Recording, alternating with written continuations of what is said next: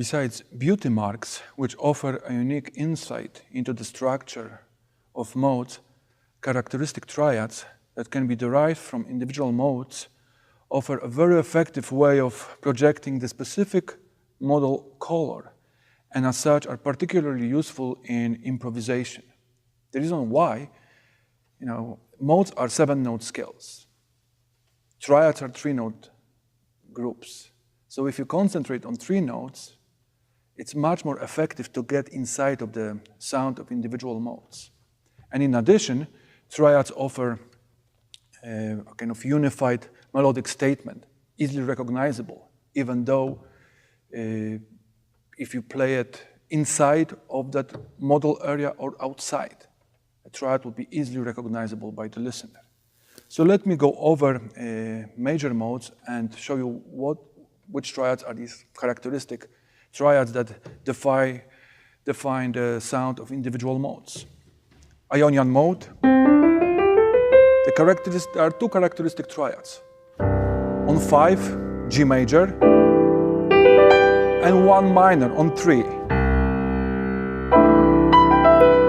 So you have 2 triads that you can utilize within the sound of Ionian.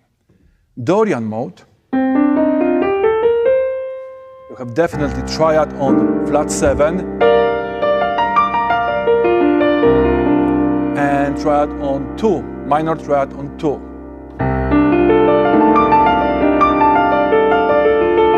So what these triads do, they project the upper partials of the chord. With the triad on flat 7, you're going to get 7th, 9th, and 11th. With the triad on 2, you're going to get 9th, 11th, and 13th, all upper partials. The Phrygian mode, the characteristic triad is on flat 2. Because that triad utilizes flat 2 as its beauty mark. With the Lydian, we have a triad on 2, major on 2, and minor on 7. And again, as it was the case with Dorian modes, these upper structure triads in the Lydian mode project upper extensions of chords. Major on 2, 9, sharp 11, and 13th. Now Mixolydian, upper structure triads on 5, and 1 on 7. But on 7 you have to be a little bit more careful because that's kind of either-or situation. Either you use the sus sound, where the triad on flat 7 would work, or you use major third, in which case the triad on 5 would work. Aeolian, the triad on flat 6.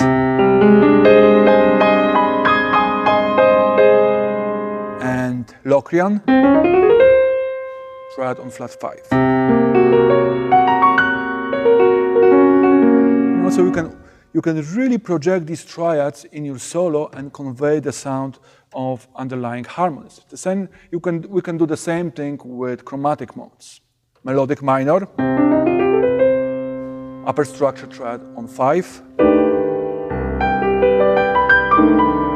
Okay. Dorian flat 2. Characteristic triad is an augmented triad on flat 2.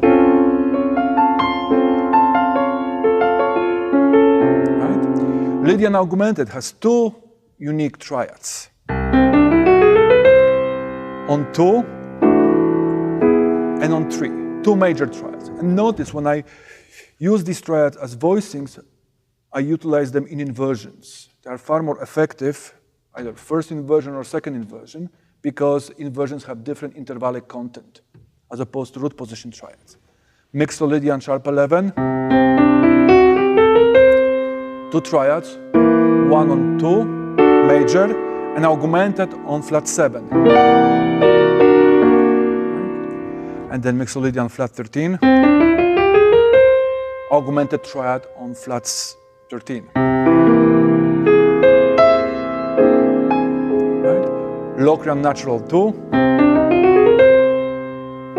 augmented on 2, and altered has a lot of triads. minor on flat 2, minor on flat 3, and 2 major, 1 on flat 5 and 1 on flat 6.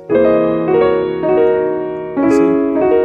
All these triads can be used to project the altered sound. I'd like to welcome Luke Norris, who is going to help me demonstrating how to practice modal improvisation, and later on is going to demonstrate how to improvise with the rhythm section. So first thing, when we work on a minor blues, is the ability to spell out the underlying modes on your instrument. And on the screen, you can see the distribution of modes over the minor blues. So look, let's try that, okay? I'm going to play the first chord, and you just play mode from the root up. Sure. Okay? So.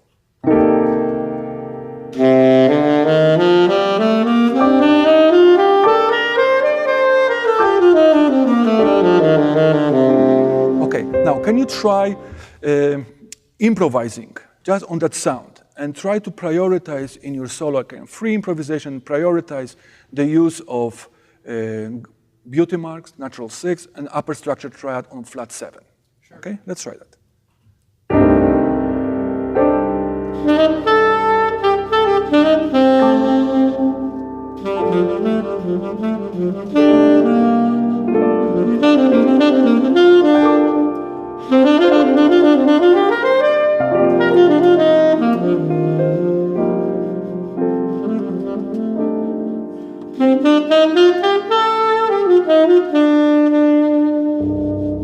Beautiful. You could hear that my harmonic ideas and his melodic ideas, were perfectly synchronized.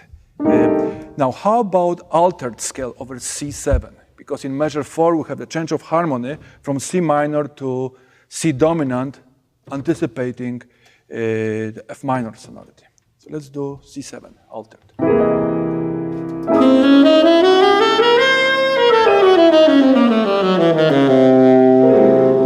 How about, can you spell those upper structure triads? Sure. Okay. Let's see if you can do like flat 6 and flat 5, major. Okay. Yeah.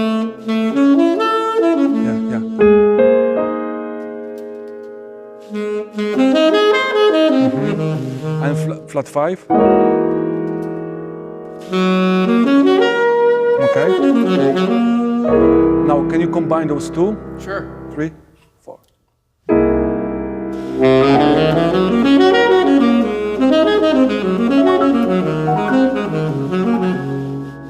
Yeah, very nice. When you are getting ready to improvise on a tune like this one, you have to be able to transpose your modes. So that's why we introduce all the modes starting on the same scale degree.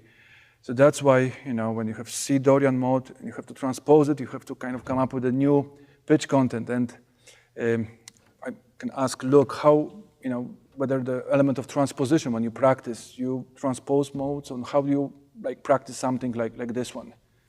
Yeah, well, transposition is very important, especially in practice. Especially as a saxophonist, you kind of expected to know pretty much everything you play in all 12 keys. So, so take the Dorian mode, for example. One thing I like to do, so the Dorian mode belongs to, obviously, the major scale. So one of the exercises I like to do would be something like this, where I run the scale up to the 9th and I run it down to the 9th, and then I go to the 3rd, and then the 3rd. So it would sound like this.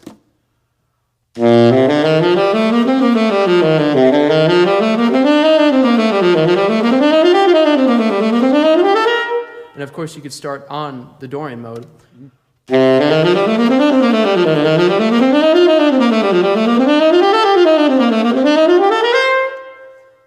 And that would give you, starts to give you control over your horn in like a linear way so that you have the entire scale under your fingers. Also, practicing intervals, very helpful. Can you demonstrate? Sure.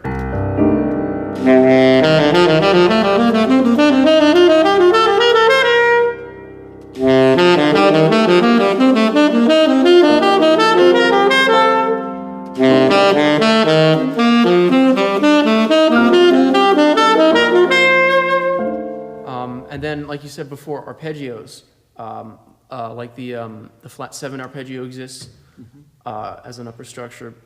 But for the Dorian mode, a good tool to use would be something that would sound like this, like where you alternate different 7th arpeggios.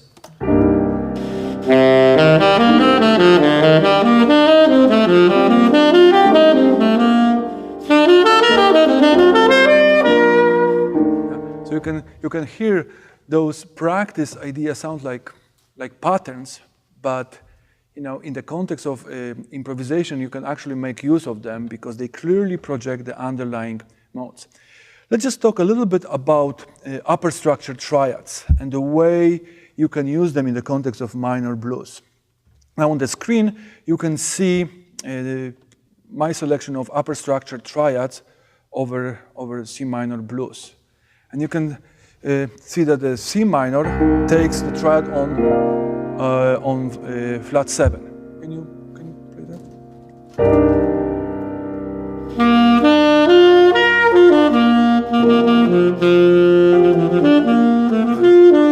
Right.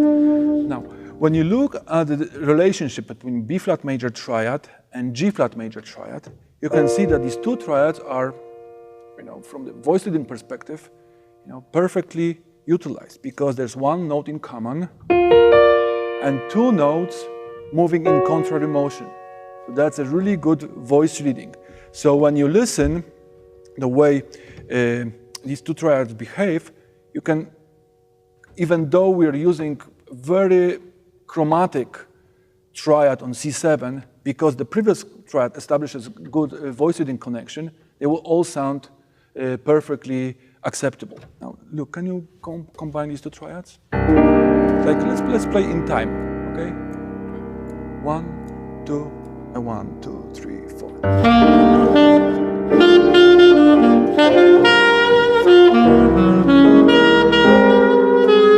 Okay, could you guys hear? Was like, and then it resolves down to a different triad, right? So for F minor 6, we selected a minor triad on 2. So going from G flat, again, very smooth voice reading, and so forth. And we can do that basically with any scalar collections. Later on, when Luke actually will demonstrate for real the use of these ideas, you'll hear him kind of using these idiomatic ways that are saxophone friendly of utilizing either modes or upper structure triads.